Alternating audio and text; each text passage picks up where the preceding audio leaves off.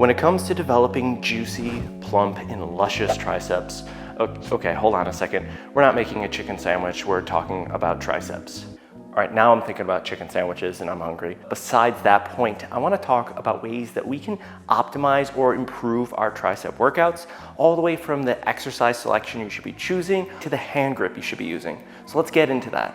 Now, the first stop we have to take at better understanding triceps is with the anatomy. Now, the triceps have 3 heads, hence the name tricep, not very creative. The lateral head shown here, the medial head shown here, and the long head shown here. Okay, so what's important to know about this? The exercise we choose can alter which head is most active and produces the most force. So what's the primary factor that's gonna alter the stimulus to the triceps, you ask? Well, if you guessed hand grip, you're not right. Although we'll touch on that at the end, the primary factor is actually shoulder flexion or elevation.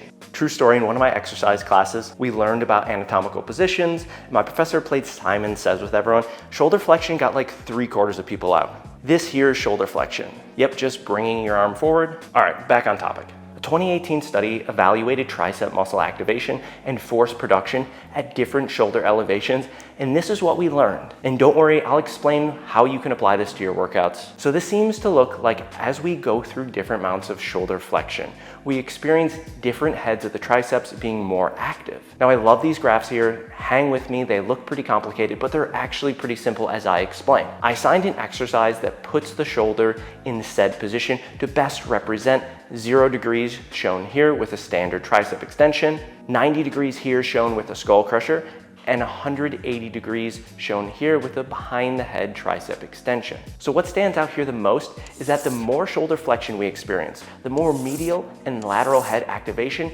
and force is produced. Those are the most outer portions of our arm shown here, whereas the long head sees the greatest amount of force production when the shoulder is closest to 0 degrees, and I'm highlighting that here on the graph.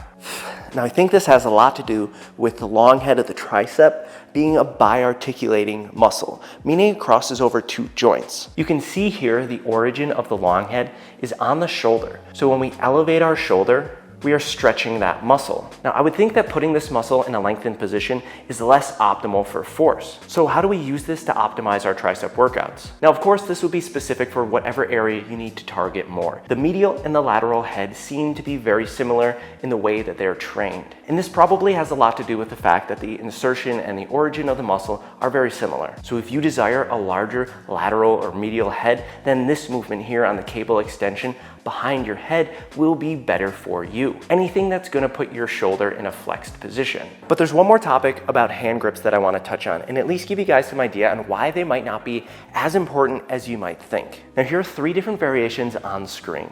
We have a reverse grip, standard grip, and a neutral grip. Now, which is gonna influence muscle development the most? Well, we can look at the anatomy of the tricep muscle. So the tricep muscle inserts on the ulna right here.